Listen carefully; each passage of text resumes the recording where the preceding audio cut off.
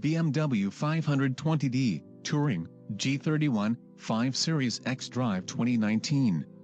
With a fuel consumption of 4.9 liters per 100 kilometers, it can reach 0 to 100 kilometers per hour, 62 miles per hour, in 7.9 seconds, with a maximum top speed of 222 kilometers per hour, 138 miles per hour, and curb weight of 1,810 kilograms, 3990 pounds, with a turbocharged inline 4-cylinder engine, 16 valves, direct injection, variable intake diesel motor.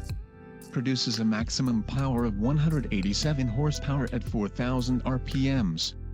The power is transmitted to the road by the all-wheel drive with a 8-speed automatic gearbox.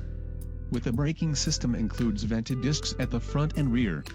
With 5 doors and 5 seats.